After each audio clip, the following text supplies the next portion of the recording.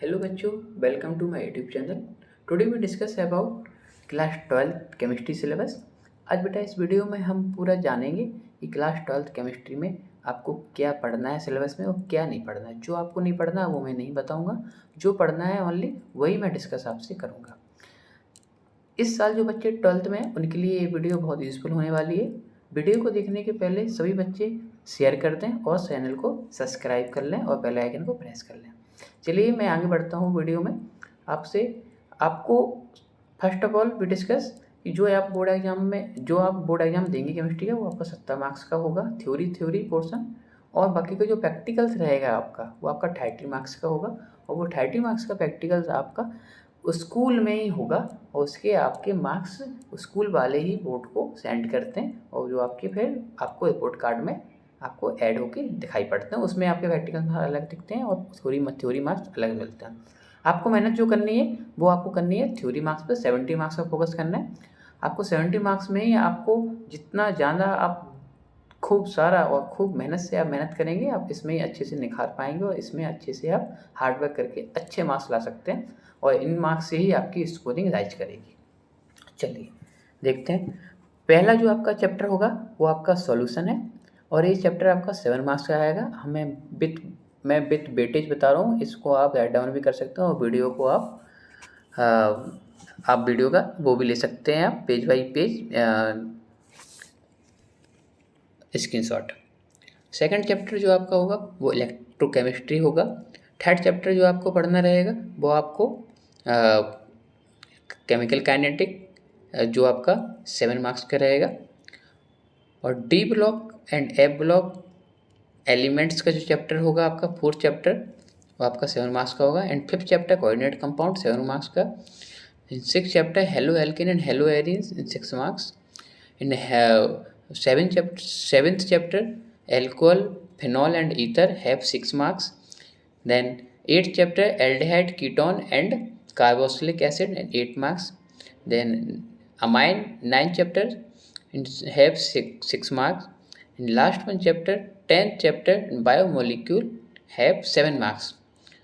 1 to 1 आप सारे के सारे जो चैप्टर्स हैं 10 चैप्टर 10 चैप्टर आपकी केमिस्ट्री में आने हैं और 10 ही चैप्टर आपको पढ़ने हैं, ओनली 10 चैप्टर, कोई बहाना नहीं। 10 चैप्टर है आपको पढ़ने हैं। ये आपके बगल में मार्क्स हैं, अब इनको मार्क्स को 1 to 1 देख सकते हैं कि क्या क्या आपके मार्क्स हैं।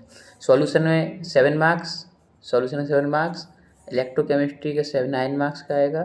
केमिकल काइनेटिक आपका 7 मार्क्स का। D block and F block 7 marks. Coordinate compound 7 marks. Haloalkane and haloarene 6 marks.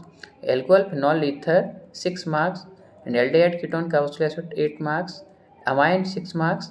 And last one आपका जो चैप्टर है बायोमोलिक्यूल 7 मार्क्स। इतना आपको पढ़ना है, समझे? ठीक है बेटा। टोटल इनको जब ऐड किया जाएगा ना, ये जो आपको मार्क्स मैंने साथ ही साथ वेटेज बताया है, कौन सा चैप्टर है कितना वेटेज को हेल्प कर रहा है, उनको ऐड करेंगे 70 मार्क्स हो गया। ये आपका थ्योरी का पोर्शन है, थ्योरी आपको इतना से तैयार करना पड़ना है।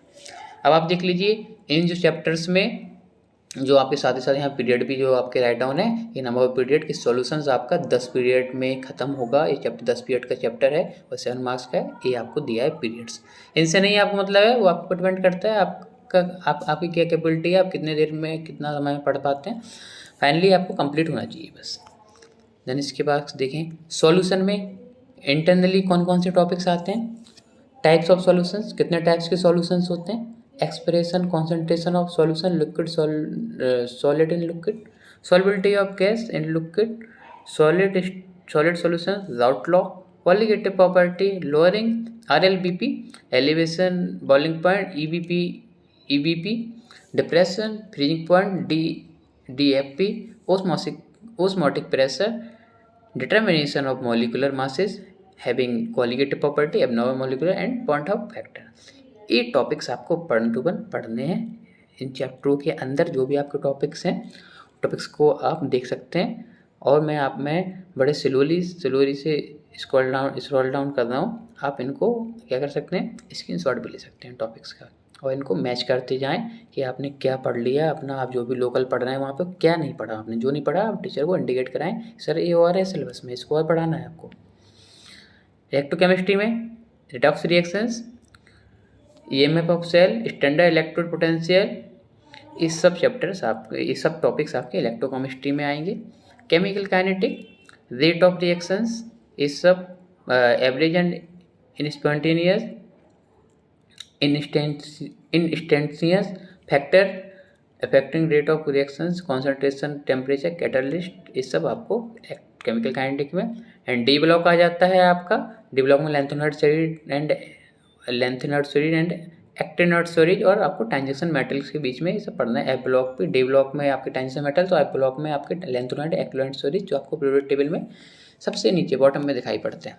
Coordinate compounds, then halo alkane, halo arenes आपको है, और उसके बाद में after we study about alcohol, phenol and ethers, जो आप 10th क्लास में 11th क्लास में टॉपिक में पढ़ा करते थे, इनको टॉपिक्स में पढ़ते हैं। यहाँ पे चैप्टर्स हैं 12th क्लास में।